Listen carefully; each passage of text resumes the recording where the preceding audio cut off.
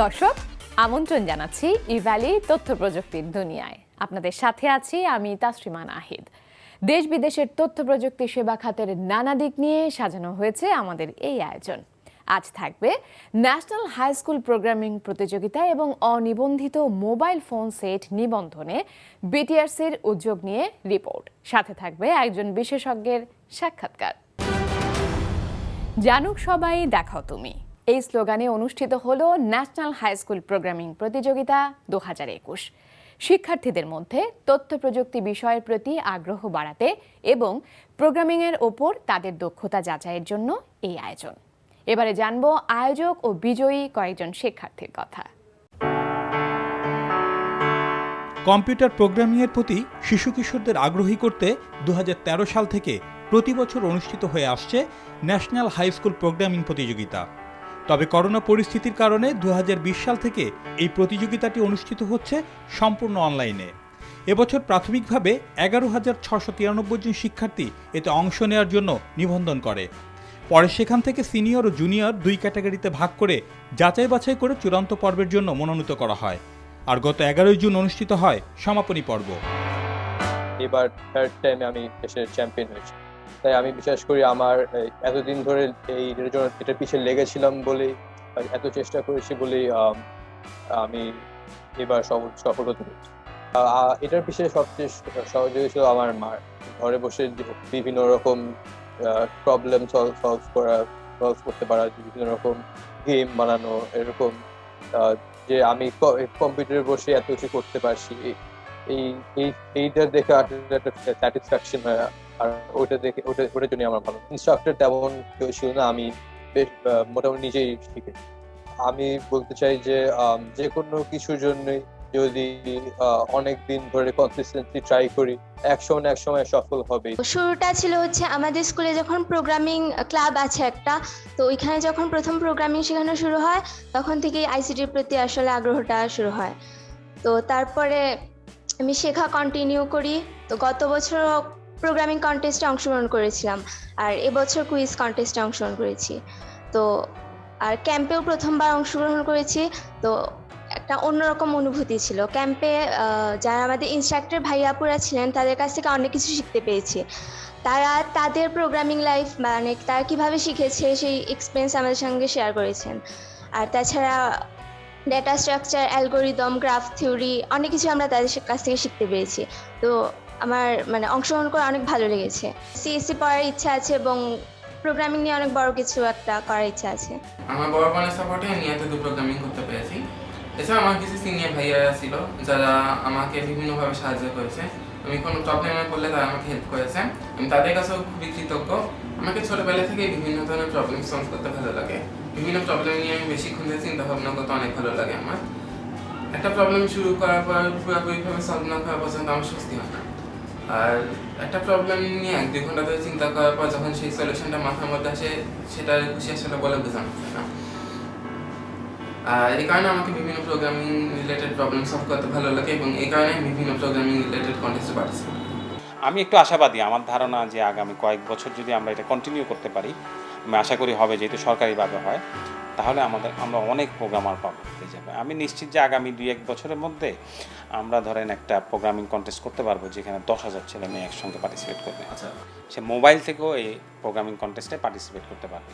তো সেটা আমরা এই বছর করে ফেলেছি।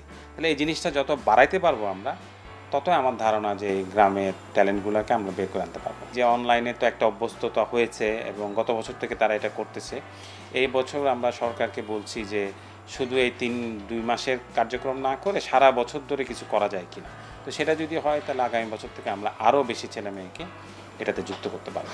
কম্পিউটার প্রোগ্রামিংয়ের উপর স্কুল পর্যায়ে এ ধরনের প্রতিযোগিতা আগামী দিনগুলোতে দেশে বিশ্বমানের প্রোগ্রামার তৈরিতে সহায়তা করবে বলেও জানিয়েছেন তথ্য ও যোগাযোগ প্রযুক্তি বিষয়ক প্রতিমন্ত্রী জুনায়েদ আহমেদ পলক।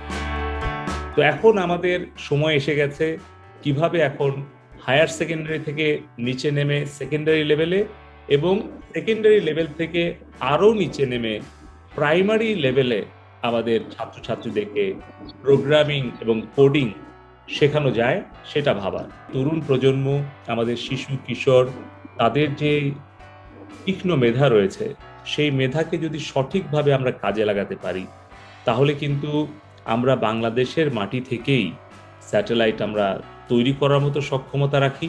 আমরা আসলে চাই যে একটা ইনক্লুসিভ ডিজিটাল বাংলাদেশ গড়ে তুলতে, যেখানে শহর আর গ্রামের কোনো পার্থক্য থাকবে না। আমরা কথা শুনবো সামাজিক যোগাযোগ মাধ্যমের বিভিন্ন বিষয় নিয়ে সামাজিক যোগাযোগ মাধ্যমের জনপ্রিয় ব্যক্তি ও তথ্য প্রযুক্তি বিশেষজ্ঞ সুলাইমান শোখানের। দর্শক, সামাজিক যোগাযোগ মাধ্যমের বিভিন্ন বিষয় নিয়ে আমরা শুনবো সুলাইমান শোখানের কথা। তার সাথে কথা বলেছেন মইদুল ইসলাম। চতুর্থ শিল্প বিপ্লবের তথ্য প্রযুক্তির এই যুগে সামাজিক যোগাযোগ মাধ্যম এক নতুন অধ্যায়। আমাদের দেশের সামাজিক যোগাযোগ মাধ্যমের একজন জনপ্রিয় ব্যক্তিত্ব সুলাইমান শোখান।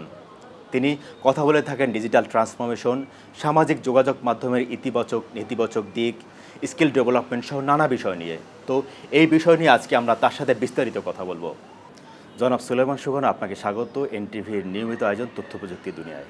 আপনাকে এবং এনটিভিকেও ধন্যবাদ যে আমাকে আপনারা আমন্ত্রণ জানিয়েছেন। সামাজিক যোগাযোগ মাধ্যমের মধ্যে ফেসবুক, ইউটিউব, টুইটার এগুলো আসলে আমাদের দেশের মানুষ বেশি ব্যবহার করে থাকে। তো এই প্ল্যাটফর্মগুলো ইতিবাচকভাবে কতটুকু ব্যবহার করছে আমাদের দেশের মানুষ?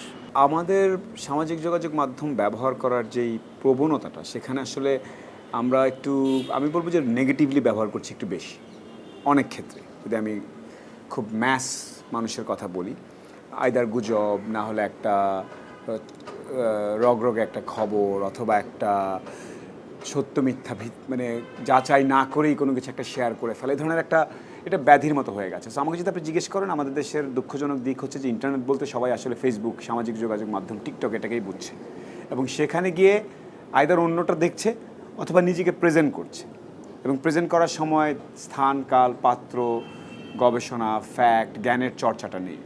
তাই সামাজিক যোগাযোগ মাধ্যম আসলেই একটা রেগুলেশনের আওতায় আসা উচিত। তরুণ ছেলেমেয়েদের একটা বোঝা উচিত যে এটা মাত্র সামাজিক যোগাযোগ মাধ্যম হচ্ছে যে আমি জাস্ট নিজেকে প্রেজেন্ট করছি, কিন্তু কাজ করা বা কাজ শেখার জন্য তো ইন্টারনেট ব্যবহার করা যায়। ওই জায়গায় ঘাটতি, ওই জায়গায় জানার যেই আগ্রহ, দুটোরই কম আছে। সামাজিক যোগাযোগ মাধ্যম যারা ব্যবহার করেন তাদের অনেকের মধ্যে একটি প্রবণতা লক্ষ্য করা যায় যে ভাইরাল হওয়া, সেটা নেগেটিভ হোক বা পজিটিভ হোক। তো এই বিষয়টি আপনি কিভাবে দেখছেন? সবাই না একটু বিখ্যাত হতে চায়, যেটার নাম আপনি ভাইরাল বললেন। সেই বিখ্যাত হওয়ার ব্যাপারগুলো এক যুগ আগেও বা আমাদের আগের প্রজন্মেও ছিল। আমি কোনো একটা মিনিংফুল কবিতা, আমি একটা দারুণ নাটক, অথবা আমি একটা গান গাইলে, মানে যেটার মধ্যে গভীরতা আছে, যেটার ব্যাপ্তি আছে, যেটার মধ্যে একটা শিল্পের ছোঁয়া আছে, ওরকম একটা কোনো কিছু করে অনেক দিন ধরে চর্চা করার পরে সে একটা জাতীয় পর্যায়ে, জেলা পর্যায়ে কাজকর্ম করে জাতীয় টিভিতে আসবে, মানুষজন শুনবে, একটা ধাপ বা পর্যায় ছিল। অনেকে বলতে শোনা যেত যে আমি 10 বছর নাচ শিখেছি, আমি 12 বছর রবীন্দ্রসঙ্গীত শিখেছি, নজরুল গীতি শিখেছি, তারপর রেডিওতে করেছি, তারপর টিভিতে এসেছি। এই ধাপগুলো পার হওয়ার পরেই একজন আপামর জনসাধারণের কাছে আসতে পারত। সামাজিক যোগাযোগ মাধ্যমে এটার কোনো ধার ধারছি না। আমাকে কি করতে হবে? কয়েকটা টাকা জোগাড় করতে হবে, একটা স্মার্টফোন কিনতে হবে, একটা সিম কিনতে হবে, তারপর আমি যা ইচ্ছা তাই বলা শুরু করে দিলাম ভাইরাল হওয়ার জন্যে। তখন দেখলাম যে আচ্ছা 2টো লাইক পড়েছে, 5টা লাইক কাটটাতে পড়েছিল, ওই যে ওটাতে 5টা লাইক, ওটা কী ছিল? এইটা, ও আচ্ছা। কারণ এখানে কিন্তু আর কেউ দেখছে না, এডিটোরিয়াল বোর্ড নেই, সেন্সর নেই, বা কাউকে দেখাতে হচ্ছে না। যেমন আমি এনটিভির সাথে কথা বলছি, আমি একটা অনুষ্ঠানটাও তো আপনি একটু দেখে বুঝে যতটুকু সম্ভব জনসাধারণের জন্য সেটুকু দিবেন। সেটা যেহেতু করতে হচ্ছে না, সে তার ইচ্ছা মতো জিনিস দেওয়া শুরু করেছে, এবং সাধারণত তার বন্ধু তালিকায় যারা থাকে তারাও তার মতোই হয়তো একটা জ্ঞান বা রুচিবোধ থাকে, তো তারা ওখানে হই হই করতে থাকে। তারপর সে খেয়াল করে যে আচ্ছা একটু সার্চ করে, ওই জিনিসটা ভাইরাল হয়েছিল, সত্য মিথ্যা কিন্তু যাচাই করেনি, তখন সে ওই জিনিসটা করার চেষ্টা করে। কারণটা খুব স্বাভাবিক, সে যে কোনো মূল্যে একটু বিখ্যাত হতে চায়, তার আর 2টো লাইক বেশি হবে, মানে ডিজিটাল বেগিং যেটাকে বলে। সেরকম একটা আসলে ডিজিটাল ভিক্ষাবৃত্তি শুরু হয়ে গেছে। তো এই ভাইরাল করতে গিয়ে, হতে গিয়ে, কোনো যাচাই বাছাই ছাড়া কাজ করতে গিয়ে আমাদের শিল্প, মনন, বোধ, শিক্ষা কোনো কিছু ধার ধারছি না।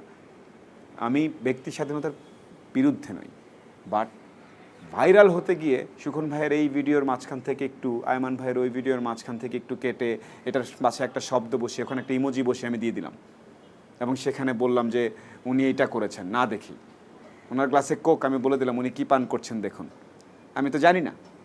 তো ভাবলো নিশ্চয়ই আচ্ছা মুসলিম প্রধান দেশ, আমি যদি এখন ওনাকে একটু দেখাতে পারি যে উনি এই জিনিস করছেন, তাহলে অনেক বিতর্ক হবে, চলো করি। এই করতে গিয়ে অধিকাংশের মাথায়, ইন্টারনেট অনেকে ভালোভাবে ব্যবহার করছেন, অধিকাংশ ব্যবহারকারী ভাইরাল হতে গিয়ে অসত্য এবং গুজবের আশ্রয় নিচ্ছেন। ভয়ানক একটা ব্যাধির পর্যায়ে চলে গেছে। সংস্কৃতি বা যারা ধারণ করেন, যারা আমাদেরকে রিপ্রেজেন্ট করেন, আপনি ঠান্ডা মাথায় চিন্তা করেন, আপনি যখন ধরেন প্রধানমন্ত্রীর সাথে রাশিয়াতে অথবা আমেরিকাতে একটা শিল্পীদের একটা দল যাবে, কাদেরকে আপনি বাছাই করবেন? যাদের প্রশিক্ষণ আছে, যারা ভালোভাবে কাজ করেছে, যাদের কোনো একটা পুরস্কার আছে, বা যারা যেটা বলে বোদ্ধারা বলেছেন তিনি ভালো, তাদেরকেই নিয়ে যাবেন এবং সেই দেশের লোকজনের সামনে তারা পরিবেশন করবে, তারা দেখবে কি দারুণ। এটা ছিল আপনার একটা নর্ম, অথবা টিভিতে তারা দেখবে। কিন্তু এখন ইন্টারনেটের কারণে এমন এমন মানুষকে দেখতে পাচ্ছে, বাংলাদেশ লিখে সার্চ দিলে Bangladesh best artist, Bangladesh best dancer, এমন এক ভদ্রলোক এসছেন যিনি বাংলাদেশের নাচের সাথে কোনো সম্পর্কই নেই, কিন্তু তিনি হয়তো রগরগে চটচটে এলোমেলো কিছু একটা করেছেন, তিনি হয়তো মাথা একটু লাল করেছেন, জুতা একটু কালো পরেছেন, হলুদ পরেছেন, পরে তিনি নাচানাচি শুরু করে দিয়েছেন। দেখতে অবাক লাগছে, সবাই ভাবছে যে এটাই বোধহয় বাংলাদেশ, কারণ ওই যে আবার লাইক, ভিউ, সার্চ ইঞ্জিন ওটাকেই পিক করছে। সো এই রিপ্রেজেন্টেশনের ক্ষেত্রে, কান্ট্রি ব্র্যান্ডিংয়ের ক্ষেত্রে অনেক ক্ষতি হয়ে যাচ্ছে। তো এই জন্য সার্চ ইঞ্জিন অপটিমাইজেশন একটা বড় ব্যাপার। তারপরে ওভারঅল শিক্ষাটা, যে তুমি যখন কোনো কিছু ইন্টারনেটে দাও, সেটা কিন্তু তোমার পরিবারের, তোমার জেলার, তোমার দেশের পতাকা বহন করে, তাহলে একটু বুঝতে হবে। আপনিই বলেছেন গ্লোবাল ভিলেজ, তো এই জায়গায় আরও অনেক জনসংযোগের ব্যাপার আছে, অ্যাওয়ারনেস রেজ করার ব্যাপার আছে। স্কুল কলেজ পর্যায় থেকে মানুষজনকে বোঝানো উচিত ইন্টারনেটে কোনো কিছু কিন্তু ডিলিট হয় না, ইন্টারনেটে থেকেই যায়। আজ থেকে 5, 7, 10 বছর পরেও দেখা যাবে সেই জিনিসটা রয়ে গেছে। এক তো দেশের বদনাম হচ্ছে, দেশের সম্বন্ধে একটা হালকা ধারণা তৈরি হচ্ছে। বাংলাদেশের বেস্ট হিরো লিখে সার্চ দিলে এমন কিছু আসবে, আপনার মনে হবে উনি তো আমাদের হিরো না, কিন্তু ইন্টারনেটে দেখা যাচ্ছে সে আমাদের হিরো, কারণ অধিকাংশ মানুষ তার পেছনে। তাকে হয়তো আপনি সঠিক কারণে আপনি তাকে দেখেননি বা খোঁজেননি, আপনি তাকে হয়তো অত্যন্ত হালকা বিনোদনের জন্য দেখেছেন, বাট সে কান্ট্রিকে রিপ্রেজেন্ট করে ফেলছে। সো এই জায়গায় একটা ভয়াবহ ভুল হচ্ছে এবং হয়েই যাচ্ছে। এ থেকে উত্তরণের উপায় কি আছে বলে আপনি মনে করেন? সামাজিক যোগাযোগ মাধ্যমে যে কেউ যা ইচ্ছা আপলোড করতে পারবেন। এই যে রেগুলেশনসটা, এই যে ফ্রিডমটা, এই জায়গায় কাজ করার জন্য আসলে ইউরোপিয়ান ইউনিয়ন, নর্থ আমেরিকানরা, বিভিন্ন এশিয়ান জায়ান্টরাও কিন্তু বড় বড় টেক কোম্পানির সাথে কাজ করছেন। গত 10-12 বছরে যে এটা এমনভাবে ছড়িয়েছে, অনেক সময় ল অথবা বোধ অথবা এডুকেশন এটার সাথে প্রতিযোগিতায় পেরে ওঠে নাই, তার আগে এটা ছড়িয়ে গেছে। শিল্পবোধ, শিক্ষা, দেশের আইনকানুন অনেক পিছিয়ে আছে অধিকাংশ দেশেই। সো যখন আপনি আপামর জনসাধারণের জন্য কোনো কিছু চেঞ্জ করার কথা বলছেন, যেটাকে আপনি দেশের জন্য ক্ষতিকারক আইন থাকতে হবে একটা প্রপার, সেই আইন আবার যেসব বড় বড় টেক কোম্পানি তারা মানছে কিনা, মানতে বাধ্য কিনা, সেই জায়গায় একটা কাজ করতে হবে। 3 নম্বরে সে কাজ করতে হবে, আপামর ইন্টারনেট ব্যবহারকারীদেরকে বোঝাতে হবে এটা দিয়ে আসলে লাভ হয় না, তুমি এলোমেলো কোনো কিছু করে আসলে কোথাও যেতে পারবে না, তোমার 2-4টা লাইকই হবে, বাট তোমার জীবনে আসলে কোনো পরিবর্তন হবে না, তোমার আয় উপার্জনে অথবা তুমি কখনো স্বীকৃতি পাবে না। তুমি যেটাকে স্বীকৃতি ভাবছো সেটা আসলে ভুল, তোমার লাইকগুলো ফেক অ্যাকাউন্ট থেকে এসছে। সেই 3টা ধাপে, দেশের আইন, বড় বড় প্রযুক্তি কোম্পানিগুলোকে সে আইনের আওতায় আনা, তাদের যে কমিউনিটি গাইডলাইন আছে সেটাকে আমার দেশের সাথে মেলানো, এবং আপামর যেই ব্যবহারকারী আছে তাদের মধ্যে সেই বোধটা তৈরি করা যে তুমি ভুল করছো। আমাদের দেশে অনেক মানুষ এখনও ইন্টারনেট ব্যবহার বলতে বোঝায় ফেসবুক, ইউটিউব বা টুইটারের সাথে সংযুক্ত থাকা। তো আসলে এর বাইরেও তো একটি বিশাল জগৎ আছে ইন্টারনেট ব্যবহার করার জন্য। সামাজিক যোগাযোগের মাধ্যমে আগেও কিন্তু আমরা যোগাযোগ ছিল, আমাদের বাবা চাচারাও কিন্তু তাদের আমেরিকা প্রবাসী, মিডল ইস্ট প্রবাসী অথবা ইউরোপ প্রবাসী আত্মীয় স্বজনের সাথে যোগাযোগ রেখেছে, চিঠি এসেছে, এই বাংলাদেশ থেকে আচার গিয়েছে, ওই দেশ থেকে ঘড়ি বা শেভিং ক্রিম এসেছে, যোগাযোগ ছিল। প্রতি ঘন্টায় ঘন্টায় যোগাযোগ করলেই যে গভীরতা বাড়বে আর 2 মাসে একবার চিঠি আসলে গভীরতা থাকবে না, এটাও ভুল। ব্যাপারটা মানসিক, রাইট? ওই পজিটিভ দিকটা আছে যে আমরা কানেক্টেড, আমরা জানতে পারছি খবর, আমরা দ্রুত পাচ্ছি, যোগাযোগ রাখতে, সেটা একটা দিক। ব্যবসাও করছেন অনেকের একটা ভালো দিক, অনেক ছেলে মেয়ে দক্ষতা বাড়াচ্ছে। আমি এমন অনেককে চিনি যে তারা ফ্রিল্যান্সিং করবে, কি করে করবে সেই জিনিসটা সে আসলে, আমাদের দেশে বেশ কয়েকজন ভালো ভালো টিউটর আছেন যারা শেখাচ্ছেন। ক্লাস 1 থেকে 10, 11-এর বাচ্চারা দেখা যাচ্ছে 10 স্কুলে পড়ছে, সেখানে কিন্তু তারা পড়ছে।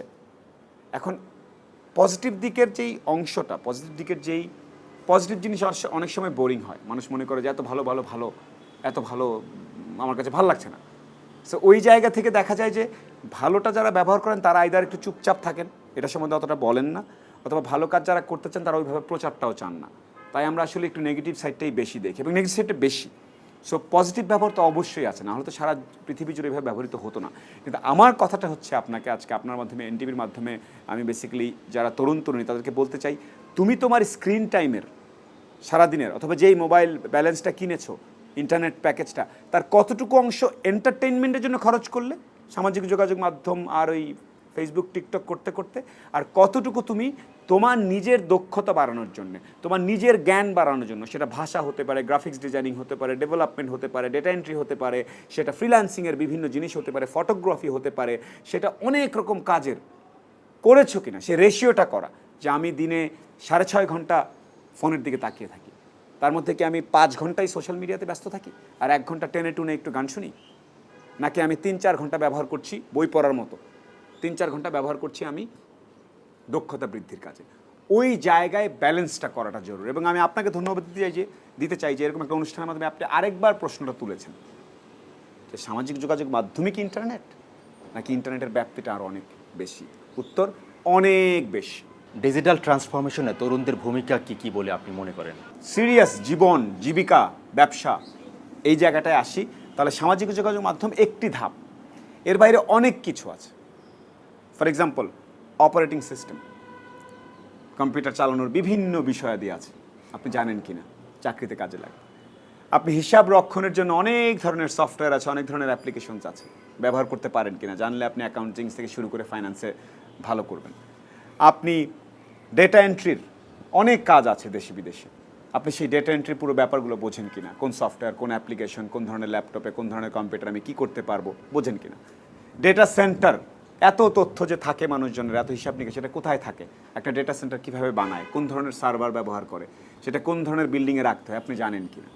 সেরকম অনেক ধাপ আছে দক্ষতা বাড়ানোর বা ইন্টারনেটের মানে ট্রান্সফরমেশনের জন্য, ডিজিটাল ট্রান্সফরমেশনের জন্য। সো এটা হচ্ছে একটা ধাপ। সোশ্যাল মিডিয়া জীবন জীবিকার জন্য this is serious system. ERP বলে একটা কথা আছে, এন্টারপ্রাইজ রিসোর্স প্ল্যানিং।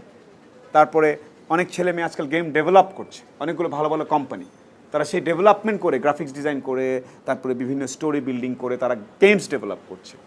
সেই জিনিসটা একটা বড় জিনিস। মোবাইল ফাইন্যান্সিয়াল সার্ভিসের মাধ্যমে দোকান, বিভিন্ন যারা স্মল অ্যান্ড মিডিয়াম এন্টারপ্রাইজ থেকে বড় বড়, তারা সেই ব্যবসাপাতি করছে। তারপরে দেখা যাচ্ছে ব্যাংকের থেকে ব্যাংকে ইলেকট্রনিক্যালি আমরা টাকা ট্রান্সফার করছি, হাজার হাজার টাকা, ওইটাও একটা সিরিয়াস ট্রান্সফরমেশনের ব্যাপার ঘটছে। আমরা অনলাইনে জিনিসপত্র, ফুড থেকে শুরু করে ঔষধ, সব কিছু অর্ডার দিচ্ছি, সেটা আবার ক্যারি করে নিয়ে আসতেছে লোকজন। সো এই যে বললাম, এই যখন সিরিয়াস দুনিয়ায় আসে, আসল দুনিয়ায় যখন আমরা আসি, তখন কিন্তু ইন্টারনেটের বা প্রযুক্তির ব্যবহার, ডিজিটাল ট্রান্সফরমেশন বা ডিজিটাল অ্যাসেট ডিফারেন্ট হয়ে যায়। এই কথাটাই আমরা অনেকে বুঝতে পারি না। আমাদের কাছে মনে হয় যে নাক চ্যাপটা করার আর গায়ের রং ফর্সা করার যেই ফিল্টার, ওইটাই বোধ হয় ডিজিটাল ট্রান্সফরমেশন, আমার চেহারা ট্রান্সফর্ম করে যায়।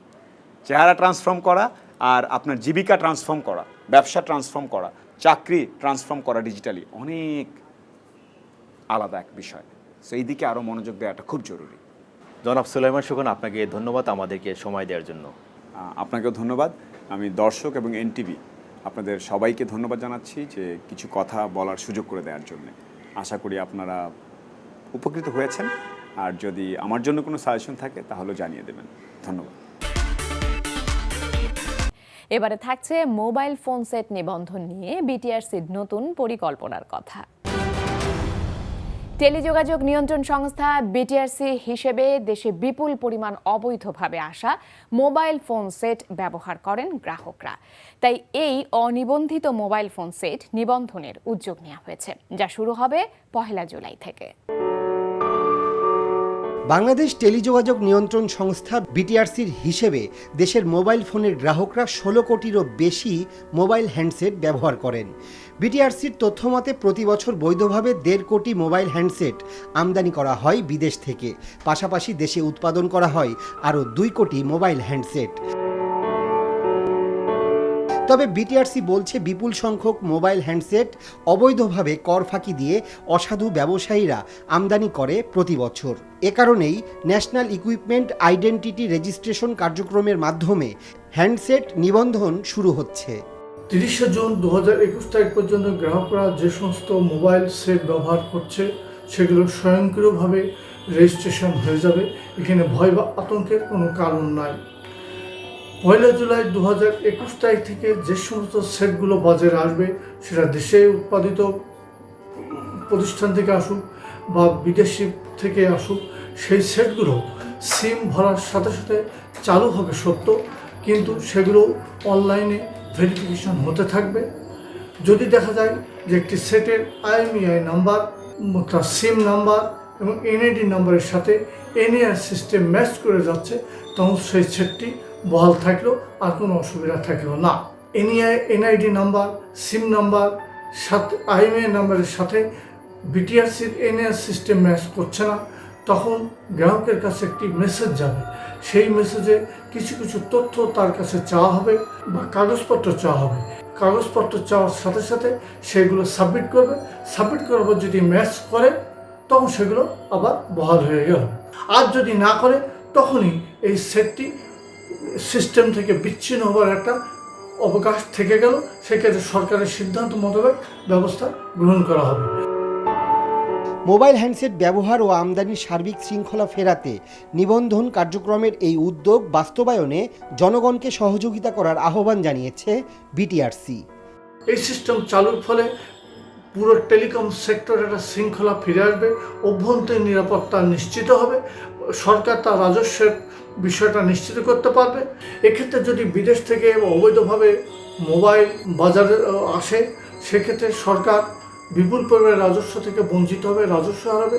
অন্যদিকে আইন শৃঙ্খলা রক্ষাকারী বাহিনী এই মোবাইল সেটগুলো ট্র্যাকিং করতে তাদের সমস্যা হয়, কারণ আজকাল বর্তমান জানেন আমরা ডিজিটাল অপরাধ যেভাবে বৃদ্ধি পাচ্ছে, তা থেকে এই মোবাইল সেটগুলো আইডেন্টিফাই করা, তাদেরকে ট্র্যাক করা অত্যন্ত গুরুত্বপূর্ণ একটা দিক। তৃতীয়ত, এই মোবাইল সেটগুলো যেগুলো আসছে এগুলো স্বাস্থ্যের জন্য অনেকটা ঝুঁকিপূর্ণ। সব দিক বিবেচনা করে এই NIR সিস্টেম চালু করা হচ্ছে। এখানে সাধারণ মানুষের, গ্রাহকের চিন্তা, ভয় বা আতঙ্কের কোনো কারণ বিন্দুমাত্র নাই।